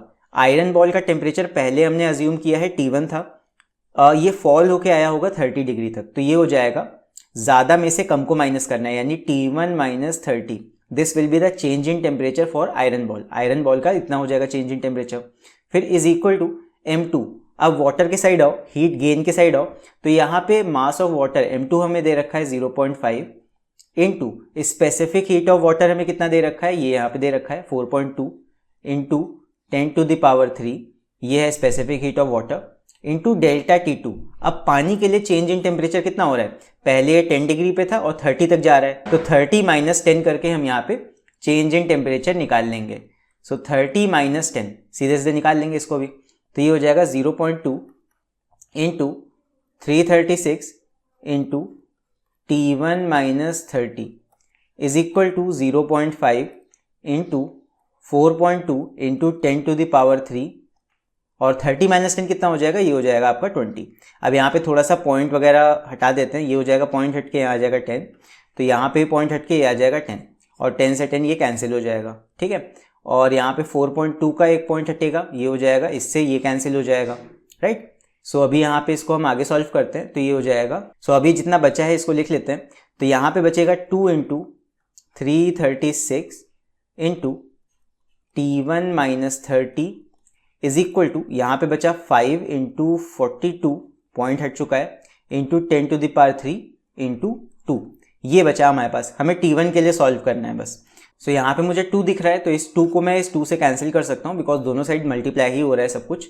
तो यहाँ पे 2 से 2 कैंसिल हो गया, और यहाँ पे हम कर सकते हैं 336 को इधर ला सकते हैं, तो ये हो जाएगा T1 minus 30 is equal to 5 into 42 into 1000, 10⁻³ को हम 1000 लिख सकते हैं, अपॉन 336। इसको सॉल्व कर लेते हैं, ये कट जाएगा 3 से, तो ये हो जाएगा 112, और ये कट जाएगा 3 1 जा 3, 3 4 जा 12, सो 14 और 112 आ गया। अब इसको फर्दर हम काट सकते हैं 7 से, तो 7 1 जा 7, 7 6 जा 42, और ये हो जाएगा 7 2 जा 14। देन अगेन 2 को कैंसिल कर दो, 2 1 जा 2, 2 8 जा 16, तो फाइनली बचा 8। तो ये आ जाएगा 5 into 1000 divide by 8 is equal to T minus 30। So ये हो जाएगा T1 is equal to 5000 divide by 8 minus, और इधर माइनस 30 प्लस इधर हो जाएगा आके, तो ये हो जाएगा प्लस 30। सो अभी इधर साइड 8 से कैंसिल हो जाएगा, 8 1 जा 8, ये हो जाएगा 8 6 जा 48 बचा 2, 8 2 जा 16 बचा 4, 8 5 जा 40। सो 625 प्लस 30 आएगा, तो इसमें आप ऐड कर लो, ये कितना हो जाएगा? ये आ जाएगा 655। सो T1 जो होगा, या हॉट बॉल का जो टेम्परेचर होगा, वो आ जाएगा 655 डिग्री सेल्सियस, या फिर 655 डिग्री सेल्सियस। जो पहले शुरुआत में आयरन बॉल का टेम्परेचर रहा होगा वो रहा होगा 655 डिग्री, 655 डिग्री सेल्सियस, ये आ जाएगा हमारा final answer. So I hope ये वाला क्वेश्चन भी आप लोग को समझ में आया होगा, कैसे हम लोगों ने किया। ये क्वेश्चन था एंड इस तरह हमने इसको सॉल्व कर लिया। ठीक है, तो देखो डायग्राम मेथड से थोड़ा सा क्वेश्चन आप लोग के लिए समझना इजी हो जाता है। ये हमेशा वर्क करता है, कभी भी कन्फ्यूजन नहीं होगा, कभी भी गलतियाँ नहीं होंगी इस तरीके से, और आपका एकदम सही से आंसर आ जाएगा। सो आई होप ये वाला प्रॉब्लम भी आप लोग को समझ में आ गया होगा अच्छे से। एंड इसके बाद अभी हम लोग करने वाले हैं लेटेंट हीट के ऊपर बेस्ड प्रॉब्लम्स। अभी तक लेटेंट हीट के ऊपर हम लोगों ने एको क्वेश्चन नहीं किया था। पांचों क्वेश्चन जो थे वो नॉर्मल टेम्परेचर के कन्वर्जन के क्वेश्चंस थे, वहाँ पे सिर्फ Q = mc डेल्टा T हमने यूज़ किया है। अभी हम ऐसे क्वेश्चन सॉल्व करने वाले हैं जहाँ पे आपको मेल्टिंग जैसे कॉन्सेप्ट भी देखने पड़ेंगे, थोड़ा सा आइडिया लगाना पड़ेगा कि कहाँ पे स्टेट चेंज हो रहा है, कहाँ पे Q = ml लगाना है और कहाँ पे Q = mc डेल्टा T लगाना है। तो अभी चलो देखते हैं उस टाइप्स के प्रॉब्लम्स। तो इसके बाद से जो हम क्वेश्चन करेंगे वो बेस्ड होंगे लेटेंट हीट के ऊपर। सो ये वाला क्वेश्चन जो हम करने वाले हैं, क्वेश्चन नंबर 6, ये लेटेंट हीट के ऊपर बेस्ड है। तो चलो अभी देखते हैं कि ये वाला क्वेश्चन कैसे होगा। सो ये है हमारा क्वेश्चन नंबर 6। तो रीड करते हैं इसको भी। So how much heat energy is released when 5.0 gram of water eight 20 degree Celsius changes into ice eight 0 degree Celsius. अब यहाँ पे एक चीज़ अगर आप नोटिस करोगे तो यहाँ पे हमें दिया हुआ है how much heat energy is released when 5 gram of water. यहाँ पे ये वाटर है at 20 degree changes into ice. अब यहाँ पे कीवर्ड है चेंजेस इनटू आइस। जैसे ही आप पढ़ोगे आपको आइडिया लग जाना चाहिए कि यहाँ पे इस क्वेश्चन में स्टेट का चेंज भी आपको कंसिडर करके चलना है। मतलब यहाँ पे सिर्फ वाटर नहीं है जिसका टेम्परेचर घट या बढ़ रहा है, यहाँ पे आपको ये भी कंसिडर करना है कि यहाँ पे पहले वाटर का टेम्परेचर कम हो रहा है, फिर वो चेंज भी हो रहा है आइस में। तो कैसे करना है इस क्वेश्चन को, चलो यहाँ पे देखते हैं। अभी आगे हमें गिवन है specific heat capacity of water, जैसे पिछले क्वेश्चन में था। यहाँ पे स्पेसिफिक हीट हमको दे रखा है और यहाँ पे साथ में हमें latent heat of fusion of ice बता दिया गया है इतना। अब यहाँ पे देख लो कि पहले तो यहाँ पे वाटर के साथ में हो क्या रहा है। अगर ये समझ जाओगे तो फिर इस क्वेश्चन को करना ना बहुत आसान हो जाएगा। चलो देखते हैं यहाँ पे वाटर के साथ हो क्या रहा है एक्चुअल में। How much heat energy is released when 5 gram of water eight 20 degree. पहले तो हमारे पास दिया हुआ है कि वाटर है, ये इनिशियली हमारे पास वाटर है which is at 20 degree Celsius. इस वाटर का टेम्परेचर 20 डिग्री सेल्सियस है, तो इसको हम मान लेते हैं सपोज T1 = 20 डिग्री सेल्सियस। और इस वाटर का मास हमें कितना गिवन है, ये है हमारा 5 ग्राम। 5.0 लिखने की ज़रूरत नहीं है, 5 ग्राम ऑफ वाटर है। इसे हमें चेंज करना है to 0 degree ice. We have to change this water to 0 degree ice. अब यहाँ पे ये आइस बन जाएगा और इसका टेम्परेचर हो जाएगा 0 डिग्री। अब यहाँ पे मास वही रहेगा, तो मैं मास बार बार बदल के नहीं लिख रहा हूँ। जितना वाटर आप इनिशियली लोगे वही कन्वर्ट होते होते होते होते वही आइस में कन्वर्ट हुआ है। तो मास शुरुआत में भी 5 था, आइस का भी मास 5 ही होगा। ठीक है, तो मैं यहाँ पे मास नहीं लिख रहा हूँ। अब यहाँ पे हमें ये चेंज करना है। तो देखो सबसे पहले वाटर आपका 20 डिग्री सेल्सियस पे था। जब हम उसमें से हीट एक्सट्रैक्ट आउट करेंगे या उसमें से हीट को निकालेंगे तो होगा क्या, धीरे धीरे वाटर का टेम्परेचर कम होगा। पहले 19 होगा, फिर 18 होगा, फिर 17 एंड डाउन होते होते फिर 10 होगा, फिर 5 होगा, फिर एक टाइम ऐसा आएगा जहाँ पे वाटर का टेम्परेचर फॉल होते होते होते 0 तक आ जाएगा। सो जब हम वाटर में से हीट निकालेंगे तो एक चीज़ क्या होगी वाटर के साथ कि उसका टेम्परेचर फॉल होगा। तो वाटर का टेम्परेचर फॉल होते होते ज़्यादा से ज़्यादा 0 डिग्री सेल्सियस तक आ सकता है। ऐसा क्यों, बिकॉज वाटर का जो फ्रीजिंग टेम्परेचर होता है वो होता है 0 डिग्री सेल्सियस। उससे नीचे वाटर का टेम्परेचर जा ही नहीं सकता। सो उसके बाद क्या होगा, वाटर का टेम्परेचर और नीचे ना जाके वाटर अपना स्टेट चेंज करने लगता है। That is it starts converting from liquid to a solid. तो यहाँ पे वाटर कन्वर्ट होने लगेगा आइस में। और ये मैंने आपको बताया था शुरुआत में ही कि जब भी स्टेट का चेंज होगा यहाँ पे टेम्परेचर चेंज नहीं होगा। ठीक है, जब भी स्टेट का चेंज हो रहा होगा टेम्परेचर कांस्टेंट रहता है उस टाइम के लिए। तो इतने टाइम तक जब वाटर कन्वर्ट हो रहा होगा from 0 degree water to 0 degree ice, इस टाइम टेम्परेचर इसका 0 डिग्री ही रहेगा। ठीक, तो यहाँ पे देखो, यहाँ पे टोटल कितनी हीट हमें इसमें से निकालनी पड़ेगी to convert this into ice. यहाँ पे सबसे शुरुआत में हमें निकालना पड़ेगा कुछ हीट, यहाँ पे Q1 इसको मान लेते हैं। और फिर जब ये वाटर एट 0 डिग्री में बन जाएगा फिर हमें कुछ हीट यहाँ से निकालना पड़ेगा, दैट इज Q2। अब ये हीट्स होंगे कौन कौन से, देखो सबसे पहले जब हमने वाटर का टेम्परेचर 20 डिग्री से 0 डिग्री तक चेंज किया तो यहाँ पे हमने चेंज इन टेम्परेचर किया है। तो चेंज इन टेम्परेचर के लिए मैंने फॉर्मूला बताया था क्या, mc डेल्टा टी। ये मैंने शुरुआत में ही बता दिया था वीडियो के कि जब भी टेम्परेचर का चेंज होगा हम कौन सा फॉर्मूला लगाएंगे, Q = mc डेल्टा टी का। उसके बाद जब स्टेट का चेंज होगा, एक कोई स्टेट से दूसरे स्टेट में हम जा रहे होंगे, वहां पे टेम्परेचर कांस्टेंट रहेगा और वहां पे हम फॉर्मूला यूज करेंगे Q is equal to ml। So basically यही दो फॉर्मूले हमें यूज करने हैं। और यहाँ पे L क्या है, latent heat, latent heat of fusion हमें दे रखा है, specific latent of fusion of ice. और यहाँ पे C क्या है, स्पेसिफिक हीट ऑफ वाटर, ये भी हमको दे रखा है, specific heat capacity of water is equal to 4.2 joule. अब यहाँ पे बस हमें निकालना क्या है, we have to find how much heat energy is released, मतलब टोटल हीट हमको निकालनी है कि हमें कितना यहाँ से एक्सट्रैक्ट करनी पड़ी। So total heat will be equal to, हम कहेंगे total heat will be equal to Q1 plus Q2। बस यहाँ पे फॉर्मूले रख दो, यहाँ पे ये हो जाएगा mc delta T plus ml। Mass same रहेगा इसलिए मैंने m यहाँ पे कोई चेंज नहीं करा है, तो यहाँ पे मास आपका कॉमन आ जाएगा, ये हो जाएगा mc delta T plus L। बस वैल्यूज को रख दो, या आप चाहो तो पिछले ही स्टेप में वैल्यूज को रख सकते हो, अगर ये थोड़ा सा टफ लग रहा है तो आप यहाँ पे वैल्यूज को रख दो। मास आपका गिवन है 5 ग्राम, इसको हमने रखा 5। C specific heat capacity of water, ये कितना दे रखा है 4.2 जूल पर ग्राम पर केल्विन। सो C का वैल्यू रख देंगे 4.2।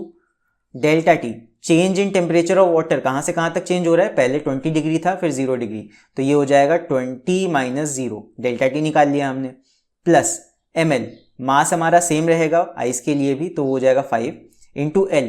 अब latent heat of fusion of ice, ये कितना हमें दे रखा है 336, यही है L का वैल्यू, तो इसको रख देंगे, ये हो जाएगा 336। अब बस इसको सॉल्व कर लो, जितना जल्दी सॉल्व कर लोगे उतना जल्दी आंसर आ जाएगा।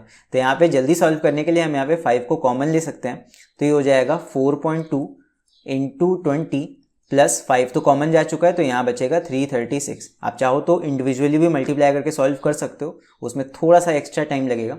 ये हो जाएगा, पॉइंट हटेगा, यहाँ 0 लग जाएगा, तो ये कैंसिल हो जाएगा, ये आ जाएगा 42 इंटू 2, तो ये कितना हो जाएगा, ये आ जाएगा 84 प्लस 336। बस इसको ऐड कर लो, तो ये आ जाएगा 5 इंटू 4 प्लस 6 10, 1 कैरी, ये आएगा 8 प्लस 3 11 प्लस 1 12, 2 1 कैरी, फिर ये आ जाएगा 4, तो 5 इंटू 420, ये कितना आ जाएगा 5 0 0, 5 2 10, 1 carry, 5 4 20 21। So 2100 joule will be the total heat that will be extracted from water to convert it into ice at 0 degree। तो टोटल हमें 2100 जूल्स एनर्जी निकालनी पड़ेगी वाटर में से, तब जाके वो 0 डिग्री आइस में कन्वर्ट होगा। सो आई होप ये वाला क्वेश्चन आप लोगों को समझ में आया होगा अच्छे से।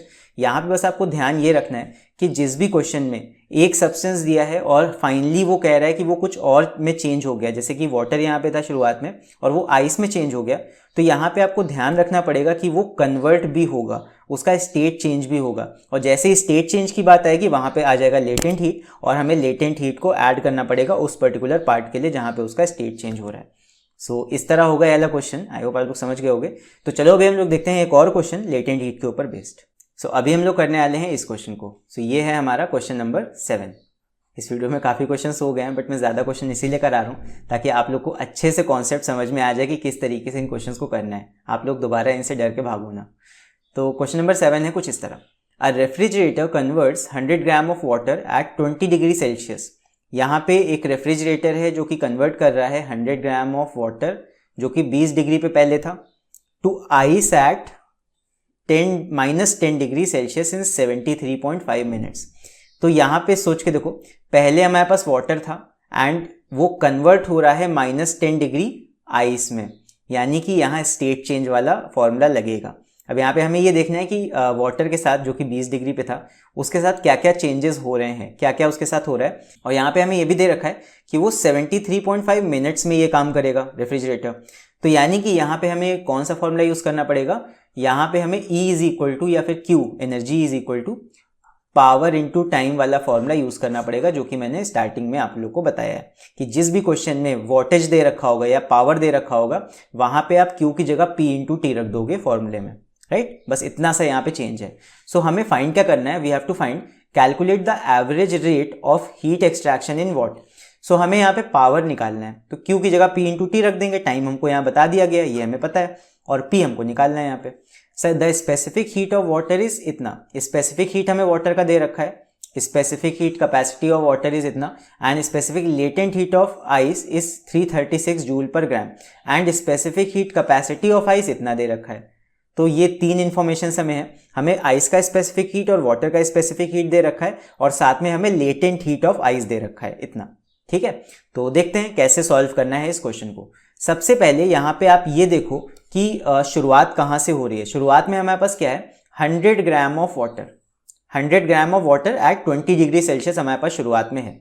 तो मैं यहाँ पे लूँगा, ये हो जाएगा हमारा वाटर, इसका मास कितना है, वाटर है ये, इसका मास है 100 ग्राम, मास सेम रहेगा, ध्यान रखना, बिकॉज यही वाटर कन्वर्ट हो रहा है हर एक चीज़ में। तो मास ऑफ वाटर है 100 ग्राम, जिसका टेम्परेचर अभी है 20 डिग्री सेल्सियस। जब रेफ्रिजरेटर इसमें से हीट एक्सट्रैक्ट करेगा या हीट निकालेगा तो क्या होगा, धीरे धीरे वाटर का टेम्परेचर कम होगा और ये कम होते होते होते होते होते ये कन्वर्ट हो जाएगा 0 डिग्री पे, 0 डिग्री वाटर में। ठीक है, ये कन्वर्ट हो गया 0 डिग्री वाटर में। इसके बाद मास सेम रहेगा, ध्यान रखना, मास नहीं चेंज होगा। फिर इसके बाद जब हम और हीट इसमें से निकालेंगे तो ये कन्वर्ट हो जाएगा किसमें, 0 डिग्री आइस में। इसका स्टेट चेंज हो जाएगा यहाँ पे, क्योंकि 0 डिग्री से और ज़्यादा नीचे टेम्परेचर नहीं जा सकता वाटर का, वो अपना स्टेट चेंज करेगा वहाँ पे। उसके बाद जैसे ये 0 डिग्री आइस में चेंज हो जाएगा पूरा, फिर आइस में से जब हम और हीट निकालेंगे तो आइस का टेम्परेचर कम होते होते होते होते कहाँ तक जाएगा, it will go to -10 degree Celsius. Final temperature पे हमें कहाँ जाना है, -10 डिग्री तक कूल डाउन होना है। तो आइस का टेम्परेचर और कम हो जाएगा, ये कम होते होते कहाँ तक आ जाएगा, -10 डिग्री सेल्सियस तक। तो ये आ जाएगा हमारा -10 डिग्री सेल्सियस पे आइस। तो इतने चेंजेस हो रहे हैं यहाँ पे। पहले वाटर कन्वर्ट हुआ 0 डिग्री वाटर में, उसके बाद कन्वर्ट नहीं हुआ, बेसिकली उसका टेम्परेचर कम हुआ 0 डिग्री वाटर तक। उसके बाद वाटर कन्वर्ट हुआ आइस में, फिर आइस एट 0 डिग्री का टेम्परेचर और कम होके -10 डिग्री आइस तक गया, राइट। सो यहाँ पे क्या होगा, यहाँ पे 3 बार हमें हीट को एक्सट्रैक्ट करना पड़ेगा, 3 अलग अलग तरीकों से। पहली बार ये हो जाएगा Q1, इसको हम निकालेंगे using formula mc delta T से। उसके बाद जब वाटर आइस में चेंज हो रहा है तो यहाँ लगेगा Q2 हम मान लेते हैं इसको, ये लगेगा ml। उसके बाद फिर आइस में कन्वर्ट हो जाएगा, यहाँ फिर से लगेगा Q3 is equal to mc delta T, क्योंकि यहाँ पे आइस का सिर्फ टेम्परेचर चेंज हो रहा होगा लास्ट पार्ट में। सो इतनी हीट्स हमें ऐड करनी है एक साथ कर लोगे ज़्यादा बेटर रहेगा, कैलकुलेशन आसानी से हो जाएगा। बस ध्यान रखना कौन से वाले सी में कौन सा वाला स्पेसिफिक हीट आप रख रहे हो, राइट। तो यहाँ पे टोटल हीट अगर हमें निकालनी है, टोटल हीट जो एक्सट्रैक्ट हुई है यहाँ पे, so Q will be equal to, total heat will be equal to Q1 plus Q2 plus Q3। ठीक है, अब यहाँ पे हर एक का फॉर्मूला रख दो और जो मेन वाला हीट है वहां पे P इंटू टी रख दो, बिकॉज आपको पावर निकालना है, ये निकालना है। तो Q की जगह मैं रखूंगा P इंटू टी, T यहाँ पे टाइम है, टेम्परेचर नहीं है, ध्यान रखना। Q is equal to P into T, और Q1 की जगह फिर हम फॉर्मूला रख देंगे, ये हो जाएगा mc डेल्टा टी, और यहाँ पे स्पेसिफिक हीट ऑफ वाटर है, ध्यान रखना, into delta T, plus Q2 की जगह हम रख देंगे ml, ये हो जाएगा मास इंटू लेटेंट हीट, फिर प्लस Q3 की जगह हो जाएगा mc डेल्टा, अब यहाँ पे C ऑफ आइस है, specific heat of ice, because यहाँ पे हम Q3 के केस में आइस पे पहुंच गए अभी। तो ये हो जाएगा m into C of ice into delta T. So यहाँ पे ये हमारा फॉर्मूला बन गया है, बस हमें इसमें वैल्यू रख के जल्दी से आंसर को निकाल लेना है। तो यहाँ पे जल्दी से वैल्यूज को रखते हैं अभी। तो ये हो जाएगा P इंटू टी, पावर हमको निकालना है, टाइम हमको दे रखा है कितना, 73.5 मिनट्स में था, इसको हमने सेकेंड्स में कन्वर्ट कर लिया। उसके बाद अब राइट साइड की वैल्यूज रखते हैं, यानी कि पहले Q1 का वैल्यू रखते हैं सारा। तो ये हो जाएगा mcw डेल्टा टी, मतलब mass into specific heat of water into delta T, इसका वैल्यू हमें रखना है। तो ये हो जाएगा, मास हमें दिया हुआ है 100 into specific heat capacity of water, यहाँ पे दे रखा है हमको 4.2 जूल। ठीक है, तो ये हो जाएगा 4.2 इंटू डेल्टा टी। अब यहाँ पे वाटर के लिए जो सबसे पहला यहाँ पे मैंने डायग्राम बनाया है, उसमें देखो सबसे पहले ब्लॉक में वाटर का चेंज कहाँ से कहाँ तक हो रहा है, 20 से 0 डिग्री तक। ठीक, तो यहाँ पे डेल्टा टी निकालने के लिए क्या करोगे, 20 माइनस 0 करोगे, तो ये कितना आ जाएगा, ये आ जाएगा 20 डिग्री, प्लस यहाँ पे हो जाएगा ml, m इंटू एल, तो मास हमारा सेम रहने वाला है क्योंकि सेम ही सब्सटेंस आपका फ्रीज हो रहा है एक तरह से यहाँ पे। तो ये हो जाएगा, मास हो जाएगा 100, और यहाँ पे लेटेंट हीट आपको रखना है, लेटेंट हीट आपको ये दे रखा है, specific latent heat of ice 336 joule per gram, यही एल का वैल्यू है। तो ये रख देंगे 336 एल की जगह, एल का वैल्यू 336 हो गया, प्लस अब Q3 के वैल्यूज रखते हैं, तो mass into specific heat of ice into delta T, तो मास सेम रहेगा again 100 into specific heat of ice कितना दे रखा है, 2.1 जूल पर ग्राम, तो ये हो जाएगा 2.1 into delta T. Delta T आपका यहाँ पे क्या हो जाएगा, देखो आइस अभी 0 पे था एंड आइस को जाना है -10 तक, तो 0 और -10 में 0 बड़ा है, तो ये हो जाएगा 0 माइनस -10। बड़े टेम्परेचर में से छोटा टेम्परेचर माइनस कर रहे हैं, तो ये कितना आ जाएगा 0 + 10, और चेंज इन टेम्परेचर आपका कितना आ जाएगा 10 आ जाएगा आपका आइस के लिए। तो for ice change in temperature आप निकालोगे तो डेल्टा टी कितना आ जाएगा 10 डिग्रीज का। ऐसे भी देख लो कि 0 से -10 तक जा रहे हो, कितने का गैप है 10 डिग्री का गैप है, तो 10 डिग्री यहाँ पे आ जाएगा डेल्टा टी आइस के लिए। अब यहाँ पे इसको बस सॉल्व कर लो, जितना जल्दी सॉल्व कर पाओगे उतना जल्दी आंसर आ जाएगा। सो बस यहाँ पे हो जाएगा P × 73.5 × 60 इज इक्वल टू, यहाँ पे हो जाएगा 100 हम कॉमन ले लेंगे, देखो सब में 100 आ रहा है, मास आ रहा है सब में, तो 100 हमने कॉमन ले लिया, ये आ गया 4.2 × 20 प्लस यहाँ पे आ गया 336 प्लस यहाँ पे आ गया आपका 2.1 × 10। बस इसी को सॉल्व कर लेते हैं, तो यहाँ पॉइंट हटेगा 0 लगेगा, 10 लगेगा, मतलब 0 0 कैंसिल हो जाएगा। यहाँ पे पॉइंट हटाएंगे 0 लगेगा, ये 0 से 0 कैंसिल हो जाएगा। अब यहाँ पे टर्म्स को ऐड कर लो, तो ये हो जाएगा 100 × ये हो जाएगा 42 × 2 ये हो जाएगा 84 प्लस ये हो जाएगा 336 प्लस ये हो जाएगा आपका 21 एंड इधर साइड है P × 73.5 × 60। अभी इसको आगे सॉल्व करते हैं जल्दी से, तो ये हो जाएगा P is equal to 100 × 84 plus 336 plus 21, कर लो इसको ऐड, तो ये हो जाएगा 84 प्लस 21, सबको ऐड करेंगे 6 4 10 11, 1 कैरी गया, 3 प्लस 2 5 प्लस 1 6, 6 प्लस 8 ये हो जाएगा 14 प्लस 1 यहाँ पे गया 3 प्लस 1 4, तो ये आ गया 441। सो 100 × 441 डिवाइड बाय 73.5 × 60, यहाँ पे पॉइंट हटेगा, ऊपर 10 लग जाएगा, 0 से 0 कैंसिल हो गया यहाँ पे। अब यहाँ पे 3 से कैंसिल कर दो, ये हो जाएगा 441, 3 से कैंसिल होगा तो ये आएगा 3 1 3, 3 4 12 और उसके बाद 2, 3 7 21 और ये हो जाएगा 3 2 6। अब जो बच रहा है उसको लिख लेते हैं, तो ये हो जाएगा 100 × 147 डिवाइड बाय 735 × 2, बस कैंसिल करना रह गया, इसको थोड़ा बड़ा नंबर है ये हो जाएगा 2 1 2, 2 5 10, तो 50 ऊपर आ गया। अब यहाँ पे हम कैंसिल कर सकते हैं 3 से, तो ये हो जाएगा 3 4 12 एंड 3 9 27, नीचे कैंसिल कर दो, ये हो जाएगा 3 2 6, 3 4 12 एंड 3 5 15, तो ये आ गया। अगेन जो बचा उसको लिख लो, तो ये आ जाएगा 50 × 49 डिवाइड बाय 245, बस इसको सॉल्व कर लो, ये कट जाएगा 7 से, 7 7 49, ये कट जाएगा 7 3 21 एंड बचा कितना 3, तो 35, 7 5 35, 7 1 7, 7 5 35, तो ये बचा 50/5। अब यहाँ पे 5 10 टाइम्स चला जाएगा तो ये आ जाएगा आपका 10। सो पावर हमारा कितना आ गया 10 यूनिट क्या होगा इसका what. So 10 what will be the average power जिससे आपका फ्रिज जो होगा ठंडा कर रहा होगा।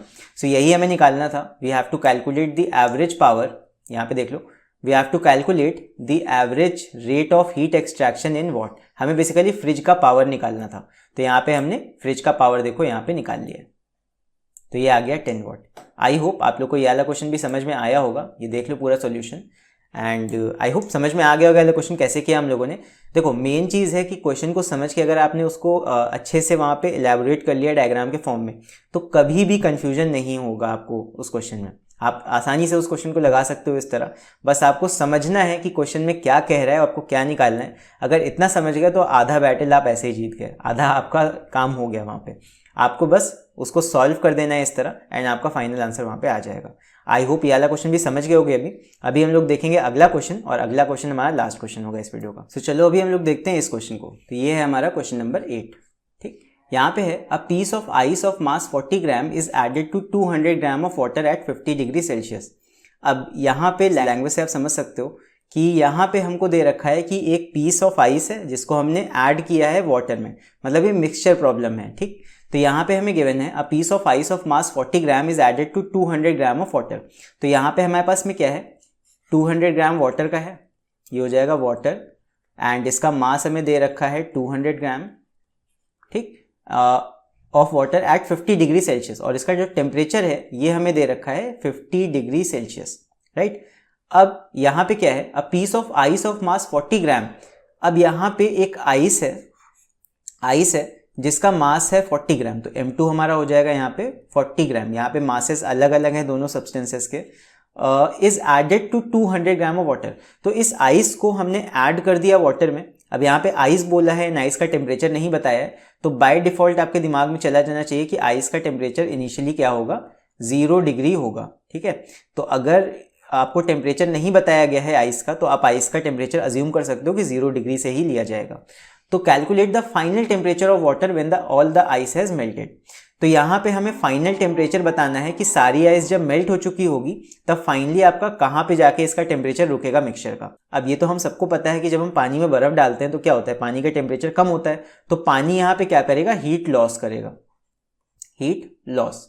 तो पानी में हीट लॉस होगा, लेकिन आइस क्या करेगा, हीट गेन करेगा। लेकिन यहाँ पे ध्यान ये देना कि इस बार कुछ और भी होगा।